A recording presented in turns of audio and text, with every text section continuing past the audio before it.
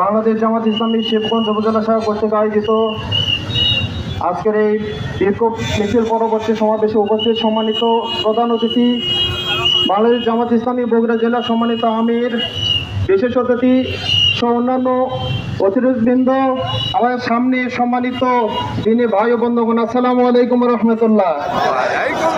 সম্মানিত উপস্থিতি, বাংলাদেশ জামাত ইসলামী আজকে যে 5টি দফা নিয়ে আজকে উপস্থিত হয়েছে, আমাদের আশা ছিল এইরকম কারণে এই স্বাধীন বাংলাদেশে আবারও আমাদের আন্দোলন করতে হবে, এইরকম আমরা কখনো আশা করিনি। কিন্তু আজকে মনে হচ্ছে এই শহীদের রক্তের সাথে আবার গাদ্দারি শুরু হয়ে গেছে। আমরা চাই 2000 শহীদের রক্তের বিনিময়ে আজকের এই বাংলাদেশের দ্বিতীয় স্বাধীনতা আমরা অর্জন করেছি। এই স্বাধীনতা অর্জন করার পরে শহীদের রক্তের সাথে আর বেইমানি আমরা করতে চাই না। বেইমানি করতে চাই, তাদের উত্তম জবাব দেওয়ার জন্য বাংলাদেশ জামাত ইসলামী আছে। যদি রক্ত দিতে হয় এইরকম 2000 না 2 লক্ষ লোক রক্ত দেবে, কিন্তু বাংলাদেশে আর কারো গাদ্দারি চলবে না।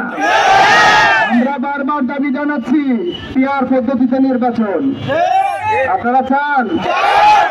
আজকে যারা বেশি লাভালাভি করতেছে, এনারাও এক সময় এই জামাত ইসলামের প্রণীত কেয়ারটেকার সরকারের মাধ্যমে তারাই ক্ষমতায় আসছিল। এই জামাত ইসলাম আজকে আধুনিক যুগে আধুনিক একটা পদ্ধতির কথা বলছে, কিন্তু তারা আবার তাল বাহানা শুরু করছে। তাদের মনের মধ্যে স্বৈরাচারী একটা মনোভাব চলে গেছে। কিন্তু আমরা বলতে চাই, এই বাংলাদেশে একটা স্বৈরাচারকে আমরা হটাইছি, আবার বাংলাদেশে কোনো স্বৈরাচার আসুক এটা জামাত ইসলামী কোনো বরদাস্ত করবে না। দূরের কথা, বাংলাদেশের আবামর জনতা একজনও আরো স্বৈরাচার আসুক এটা কোনোদিন বরদাস্ত। এই জন্য স্বৈরাচারকে হটানোর জন্য জামাত ইসলাম যে 5 দফা দাবি নিয়ে অগ্রসর হচ্ছে, আমরা চাই আমাদের সকলে দাবির সাথে উদাত্ত আহ্বান জানাচ্ছি।